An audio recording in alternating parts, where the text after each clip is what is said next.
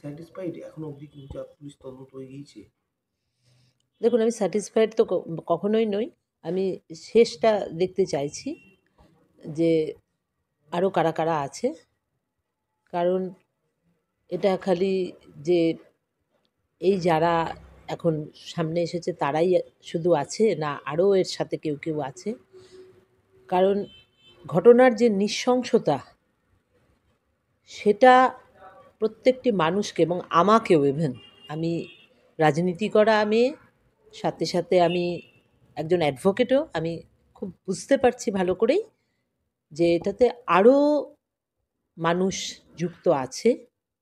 ধামাচাপা দেওয়ার চেষ্টা হচ্ছে কোনো কিছু? দেখুন, ধামাচাপা দেওয়ার চেষ্টা হচ্ছে কি হচ্ছে না একথাও আমি বলব না।